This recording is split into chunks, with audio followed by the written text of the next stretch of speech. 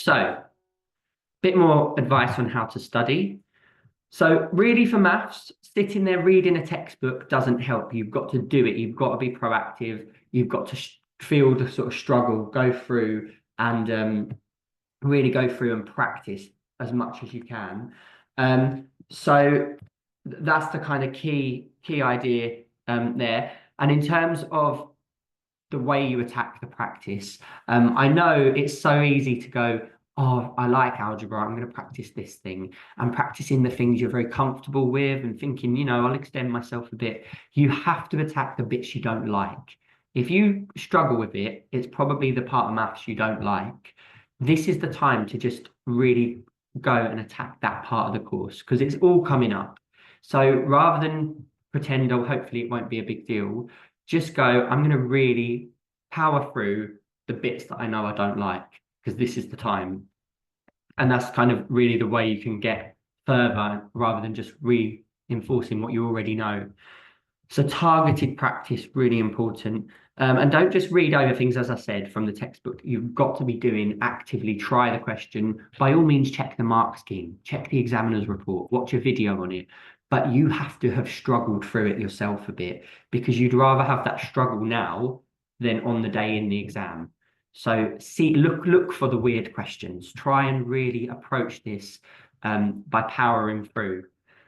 In terms of a calendar, like I know it varies from school to school if you have study leave or if you have to go into school, but you really need to kind of empower yourself here and take ownership of your time. So I give this advice to A-level students as well, but just create yourself a little calendar. I'm sure you already have a kind of mental note of when your exams are taking place, but trying to build up and fit in and prioritize when to do what. And I would be doing practice exams of everything, but you kind of want to gear up and amp up the kind of amount and volume of maths papers you do on the lead up to that exam because you kind of want to peak on that day. You want that to be your best maths day out of your whole kind of maths career up to this point. So you need to kind of make it build and build up to that time. So creating a little schedule where you put some past paper practice and you say to your family, I'm going to, test myself today. So just leave me for a couple of hours while I create a kind of test environment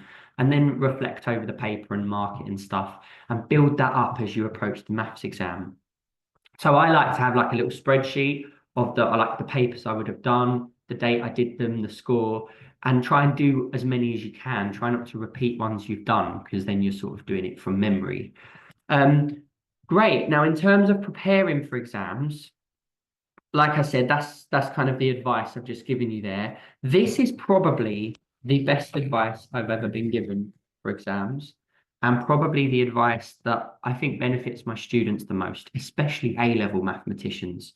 Practicing the exams at the time of day you'll actually be sitting the exam. So if you have study leave, great, because you kind of can manage your time. But if, for example, you have history at 1 o'clock and you have maths at 9 a.m., and I think most of the exams are morning this year for maths, sit your practice tests as close to that time of day as you can. And even if, like, I've got maths and history on the same day, I don't know if that's true, I've just made that up, but practice your maths and history in that order. So go on this day off, I'm going to do a maths mock at 9 a.m. and then I'm going to do a history test at 1 a.m. 1 p.m. My point is don't stay up late doing maths practice, going, I stayed up till 4 a.m. doing mocks. That's ridiculous because you're never going to sit an exam at that time. So whilst you might be wide awake and alert, your brain functionality is doing a completely different thing. Your energy level is completely different. So to kind of best replicate and almost simulate the environment you're going to be in, try and do your practice at the time of day the actual exam will be, because you get a sense of how you feel at that time of day.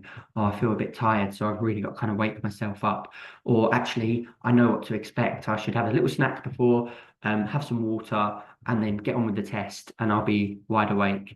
But that is a real key bit of advice, because especially, as I said, as students go into A-levels, they start having this strange idea that working till the early hours of the morning is really helpful. And in terms of preparing for exams, it doesn't really represent any scenario you're going to be going through. So it isn't. Um, so by all means, you can study any time of day, but if you're going to practice tests, try and do them when the exams would be. And that's a really, really key bit of advice. I hope that you can use for other subjects as well. Okay, so as I said, we'll talk a little bit more about preparing for exams, and then we're going to hit number and algebra and the kind of early parts of the paper this side of lunch, and then we'll really attack the harder, higher tier content. So yeah, building yourself a little planner. Well done to those of you that already have. I know as soon as we hit May, everyone sort of goes into exam mode, and you're probably, it's a ridiculous amount of exams you see when you're doing your GCSEs. There's just loads. But if you create a planner, it really does sort of help the situation not be as overwhelming, and you can kind of compartmentalize when to do everything. So having that kind of ready, crossing exams off. Some of you may have already done like your language exams, and art, maybe some of them have already taken place. So you're in that zone, you're in that mode, but there's nothing wrong with organizing the remaining time and being, reactive to the kind of evolving exam landscape of the next few weeks.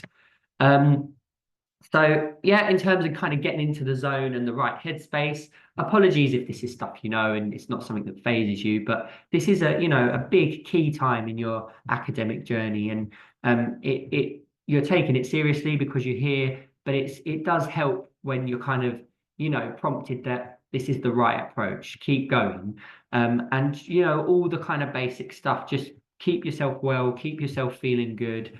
If you need little regular breaks, just listen to some music. That's fine. You've done the bulk of the work, so there should be no major stressing. It is just about being able to showcase everything you've done because you're feeling good. You're in the sort of best mindset you can be.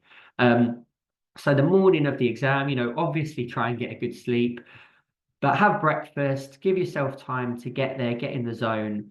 I personally didn't like talking to people too much before the exam if they were panicking, because that sort of vibe rubs off on everyone. It's kind of like, oh, I'd rather just, listen to some music or, have a chat with someone who's kind of chilled out, they're not too stressy.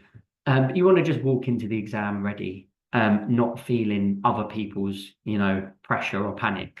And then after the exam, you can't do anything about it. So just worry about the next exam. Think about the next exam in hand. Don't go over and kind of worry about and beat yourself up about questions you've done. It's done. So move on and get on with the next one. And I think that's the great thing about the GCSEs. You don't really have time to worry about ones that happened. You just kind of tick them off and move on. So that approach kind of is really important for pushing you forwards.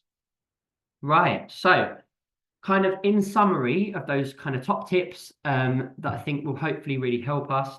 As I said, cannot stress this enough for Maths GCSE. Attempt everything. Just try and write something on every question. If you leave it blank, you guarantee yourself no marks. You can't write something so, ridiculous or silly or preposterous that they minus marks from somewhere else. That doesn't happen.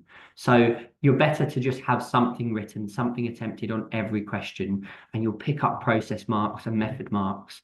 And like I said, if you're not feeling the question when you look at it, move on, but come back to it, obviously. And by going through the paper with that mindset, you will have enough time to go back. And every question is an opportunity to showcase to the examiner that's marking that question what you know about that topic. Even if it's very limited, even if you don't know where to get started, try and take ownership of what's on the page, annotate the diagrams, add some stuff in, write a circle theorem down, write anything you think might be relevant to just get you into the question as well. Right, and prompt yourself. So for example, if you want ChatGPT to do something, you have to say something. Like you can't, you've got to get the thing started. So prompt yourself is what I'm getting at. Try and make a start somewhere. There's a circle with a hexagon in it. Add some radius lengths in. Make some little markings to show they're all the same length.